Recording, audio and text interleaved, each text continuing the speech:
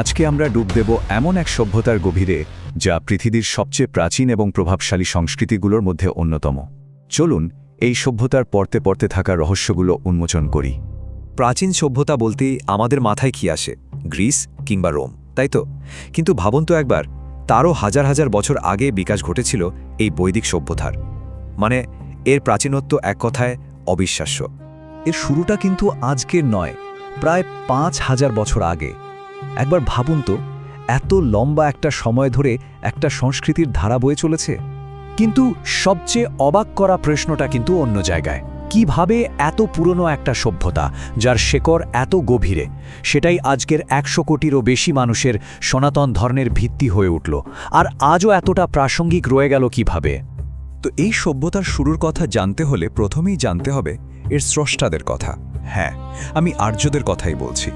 চলুন তাদের পরিচয় আর উৎস নিয়ে যে নানা রকম বিতর্ক আছে সেদিকে একটু নজর ফেরানো যাক।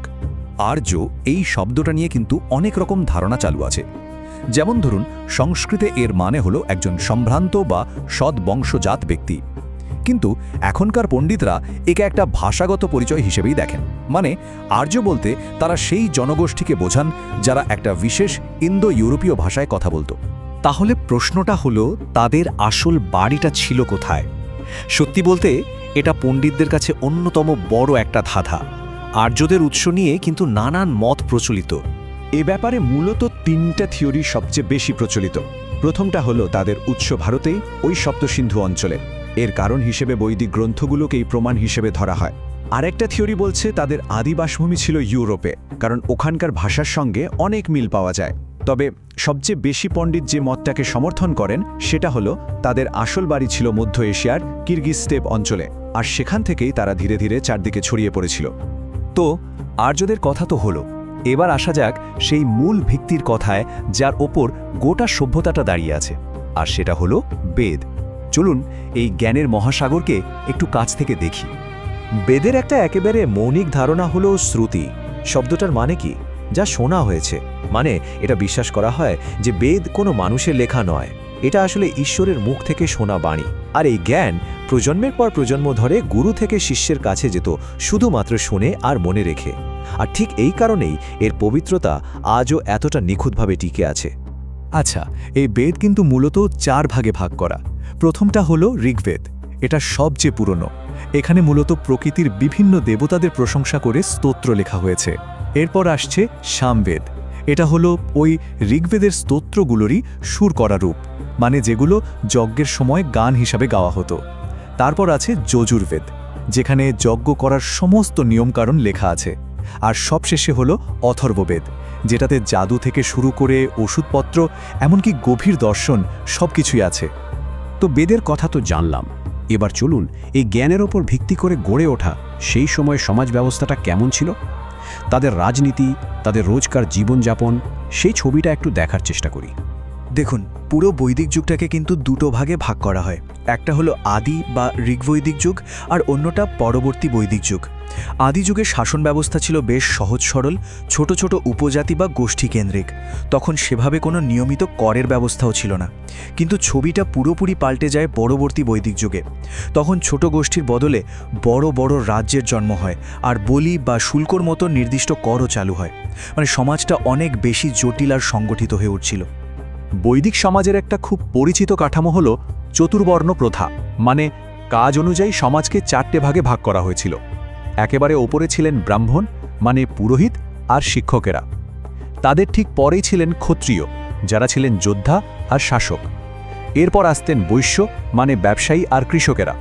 আর সব শেষে ছিলেন শূদ্র, যাদের কাজ ছিল ওপরের 3 বর্ণের সেবা করা।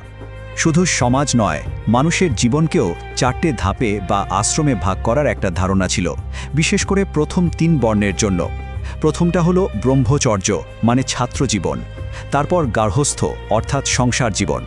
তৃতীয়টা হলো বানপ্রস্থ, যখন মানুষ সংসার ছেড়ে অরণ্যে গিয়ে ঈশ্বরের সাধনা করত। আর জীবনের শেষ পর্যায়টা ছিল সন্ন্যাস, সব রকম জাগতিক বন্ধন থেকে সম্পূর্ণ মুক্তি। এবার একটা বেশ মজার শব্দের কথা বলি, গাভিষ্টি। এর আক্ষরিক মানে হলো গরুর খোঁজ। কিন্তু অবাক করা ব্যাপার হলো, এই শব্দটা তখন ব্যবহার হতো যুদ্ধ বোঝাতে। কেন? কারণটা খুব সহজ। সেই যুগে গরুই ছিল সবচেয়ে বড় সম্পদ, আর তাই বেশিরভাগ যুদ্ধই হতো গরু দখল করা নিয়ে।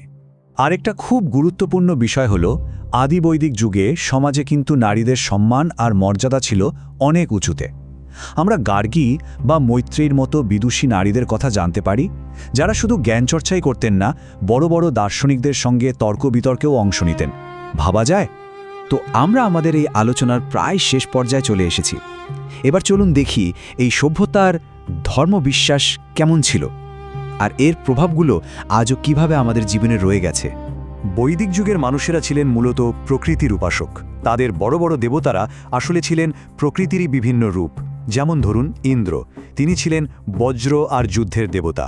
অগ্নিদেব ছিলেন আগুন, যিনি মানুষ আর দেবতাদের মধ্যে খবর চালাচালি করতেন।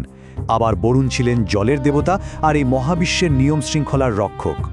এই সভ্যতার প্রভাব যে ঠিক কতটা গভীরে, তার একটা অসাধারণ উদাহরণ কিন্তু লুকিয়ে আছে আমাদের দেশের নামেই। বিশ্বাস করা হয় যে বৈদিক যুগের এক খুব শক্তিশালী গোষ্ঠী ছিল ভরত গোষ্ঠী, আর তাদের নাম থেকেই নাকি এই পুরো ভূখণ্ডটার নাম হয়েছে ভারতবর্ষ। ভাবুন একবার, হাজার হাজার বছরের পুরনো ইতিহাস আর আজকের পরিচয় কি দারুণভাবে মিলেমিশে একাকার হয়ে গেছে।